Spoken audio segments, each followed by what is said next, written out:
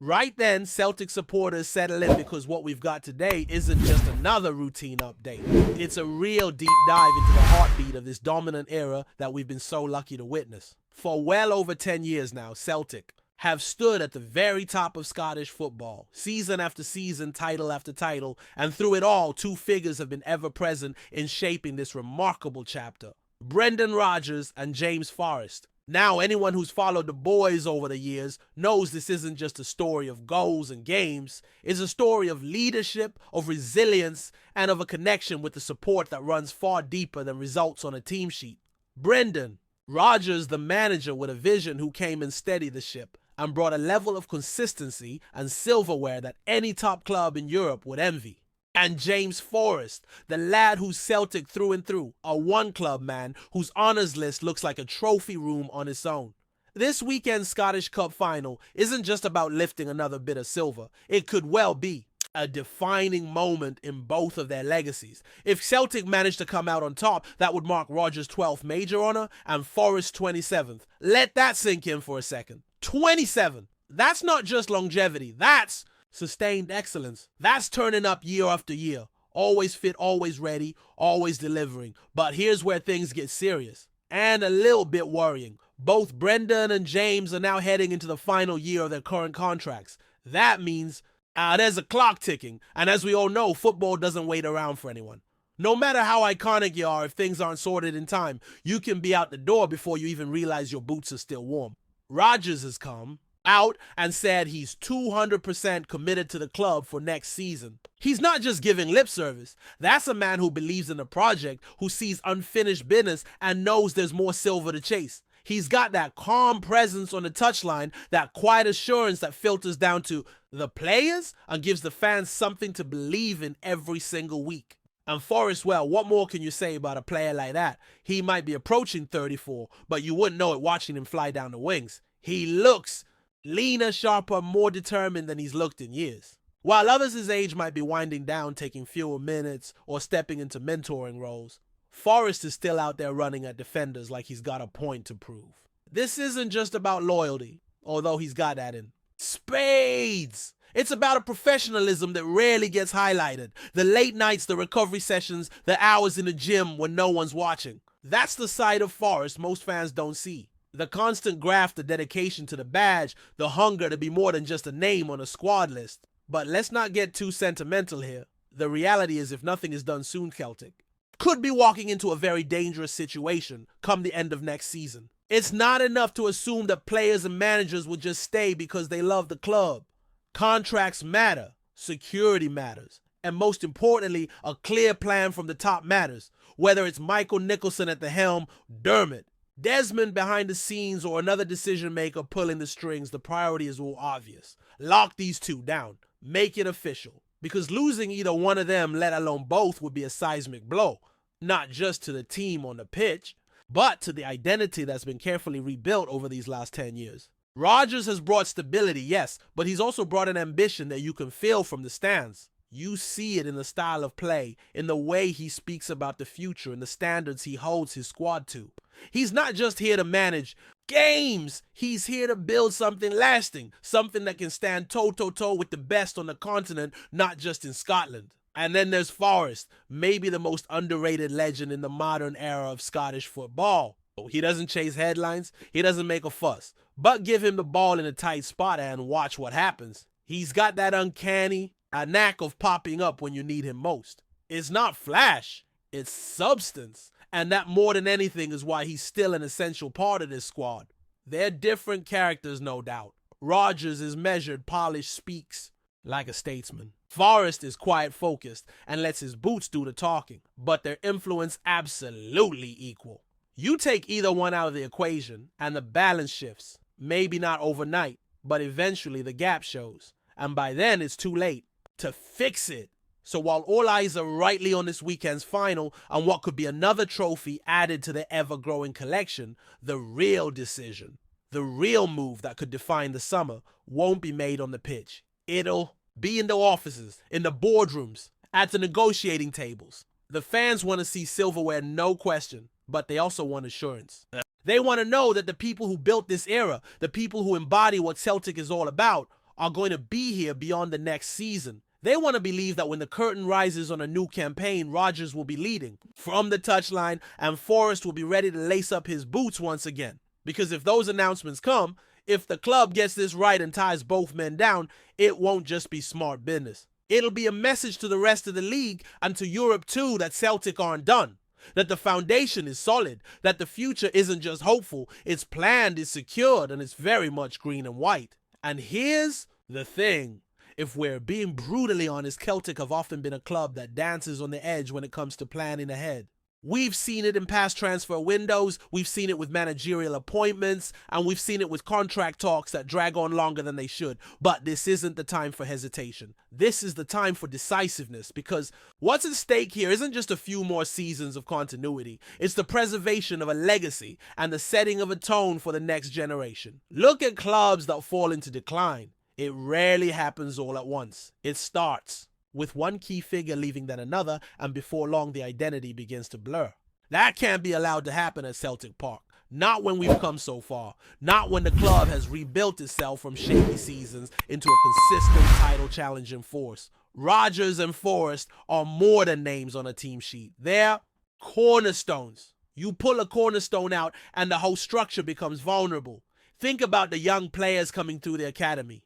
Think about the signings who are weighing up their options. Think about the fans, young and old, who have grown up watching Forrest tear down the wings and Rodgers lift trophy after trophy. Stability breeds belief. And belief, that's what fills stands, drives performances, and ultimately brings more silver back to paradise.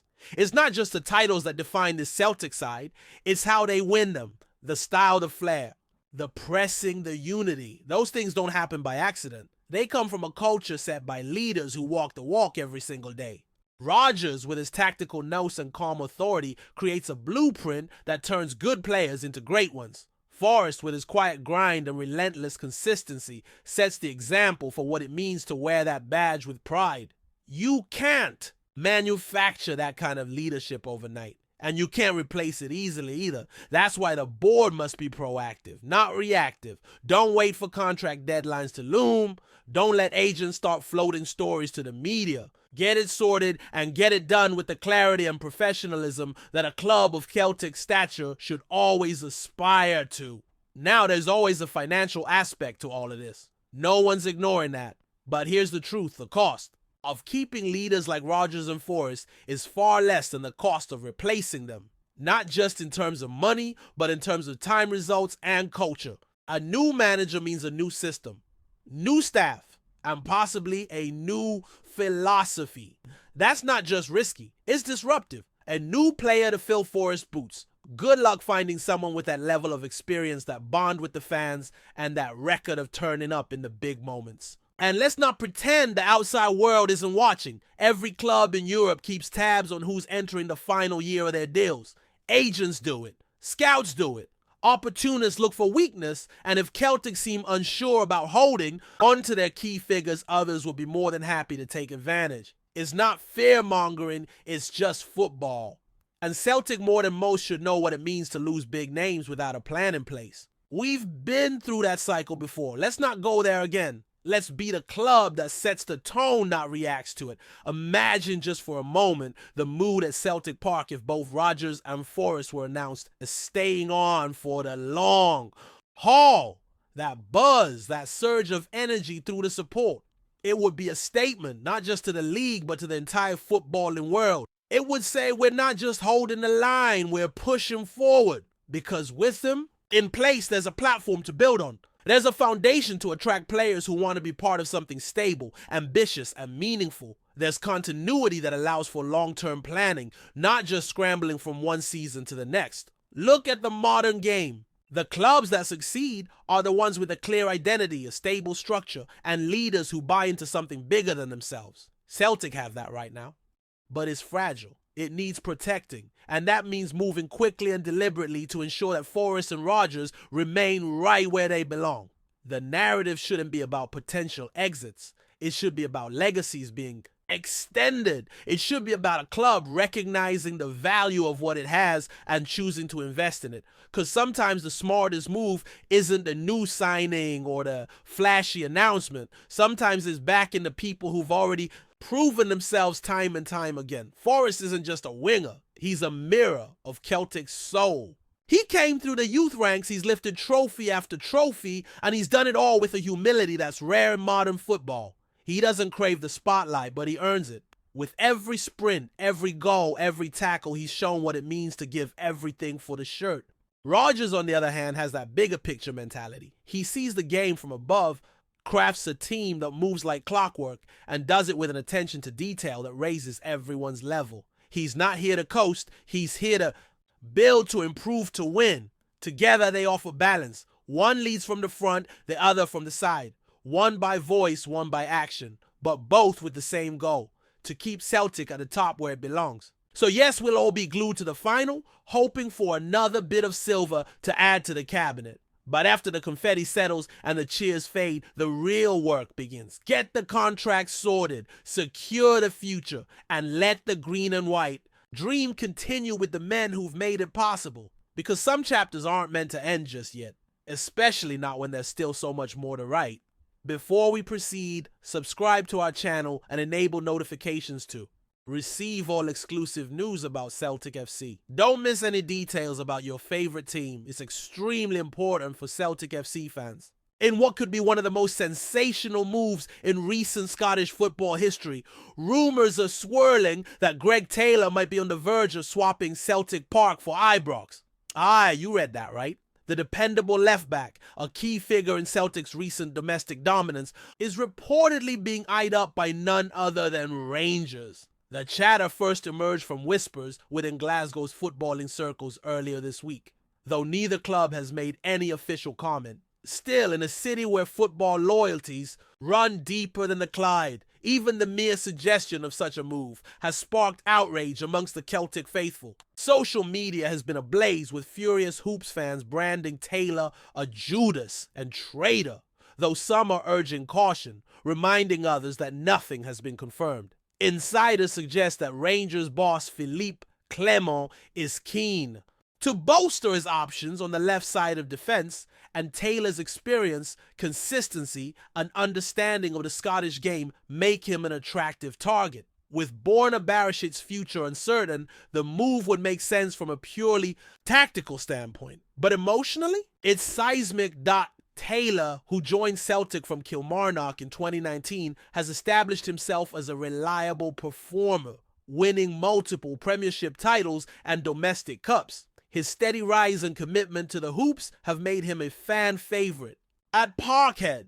Until now, it seems. The idea of him donning the light blue of Rangers is unthinkable to many Celtic supporters, reigniting memories of infamous crosstown transfers that have left scars for decades. Of course, in the high-stakes world of modern football, loyalty is often eclipsed by ambition and opportunity. Whether Taylor is seriously considering such a controversial switch, or whether this is merely idle speculation, remains to be seen. One thing is certain, if the move does happen, it would send shockwaves through Scottish football and add yet another fiery chapter to the storied Old Firm rivalry.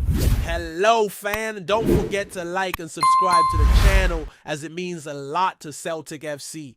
Also, share your opinion about the news in the comments below. See you in the next video.